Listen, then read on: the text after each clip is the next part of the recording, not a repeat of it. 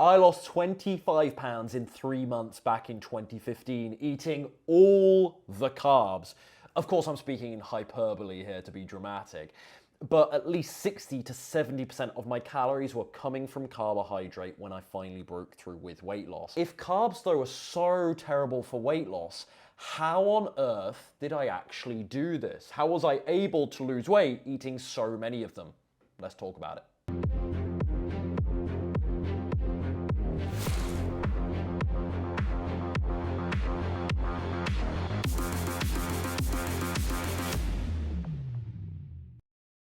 So I lost 25 pounds in 3 months back in 2015, eating all the carbs because I understood two things.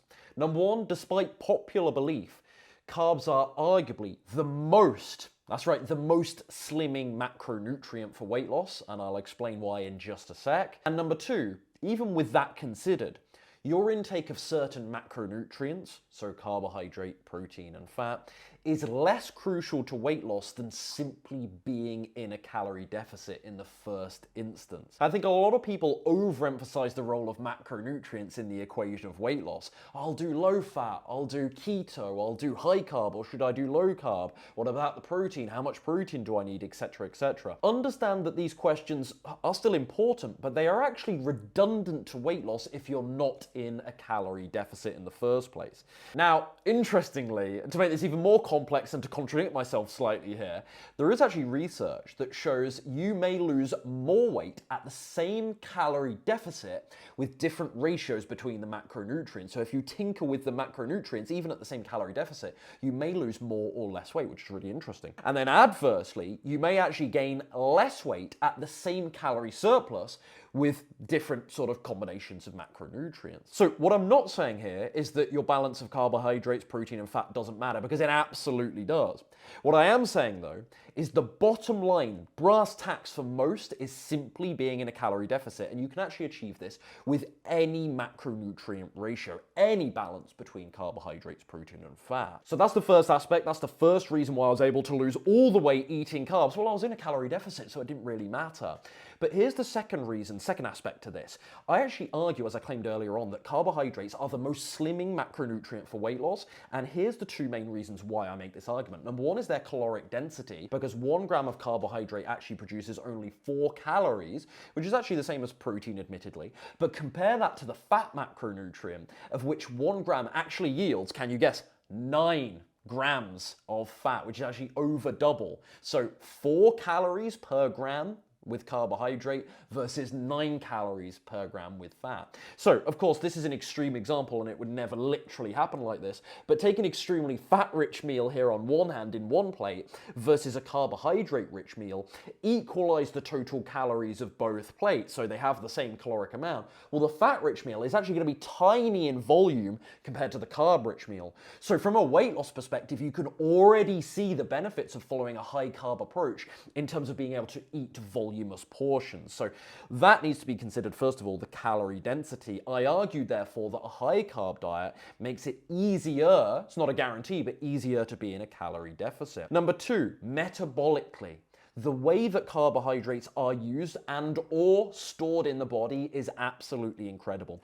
Without all the science speak, without all the jargon, excess carbs are way more likely to be stored for future use than turned into fat compared to the other macronutrients. So again, because that's fairly complex, the excess carbs, I don't mean to sound condescending with that, I know my audience is capable of following these things, but excess carbs, so carbohydrates, in a surplus of carbohydrates, over your carbohydrate requirements are actually more likely to be stored as energy for future expenditure compared, and less likely therefore to be turned into fat than the other macronutrients, fat and protein. So this is incredible. This is an incredible advantage to eating lots of carbohydrates. So you need to do your own research on this, but check out de novo lipogenesis, which is the enzymatic pathway for converting dietary carbohydrate into fat. The human body is actually incredibly it has an incredible, capability to not actually do this. So the human body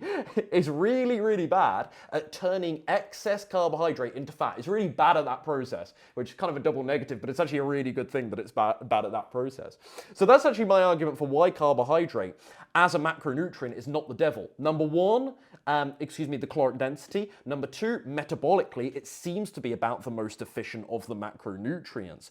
But at the same time as I say all this and I make this argument, I understand the fear around carbohydrates. Number one, many people use this simplistic label of carbs, quote unquote, to describe lots of junk and heavily processed food like donuts and pizza, which admittedly they do contain the carbohydrate macronutrient, but they're a heavily processed food with many different components, other macronutrients, other additives in of themselves. And number two, I think there are lots of misconceptions also about carbs, blood sugar, and insulin, but that's definitely another video for another day. So yeah, this is why I just cannot stand this simplistic messaging about, negative messaging about carbohydrates. It's clearly way more complex. Hopefully you can see after I've run through all of this, that it's way more complex than carbs equal bad for weight loss. Number one, it depends if you're in a calorie deficit or not. And then two, what kinds of carbohydrate sources are you actually eating? Are you eating luscious, nutritious, I don't know where I'm getting this language from, George. George is the cameraman, by the way. I don't know where luscious came from. What I meant to say is nutritious, vitamin and mineral filled, fiber packed, whole food sources of carbohydrate, like our whole grains, like our legumes, the beans, peas, lentils, and so on. Like, what else do we have? Fruits and vegetables, which are predominantly carbohydrate sources as well, versus the other macronutrients, right? These are quality, clean, whole foods that we know, this isn't contentious, we know these things are really, really good for you. Or are you talking about, fizzy drinks, sodas? Are you talking about candy? Are you talking about pizza, donuts, etc., etc.? That simplistic carb labeling. I think there's a big difference between those things, and that's the nuance here. That's what's worth understanding.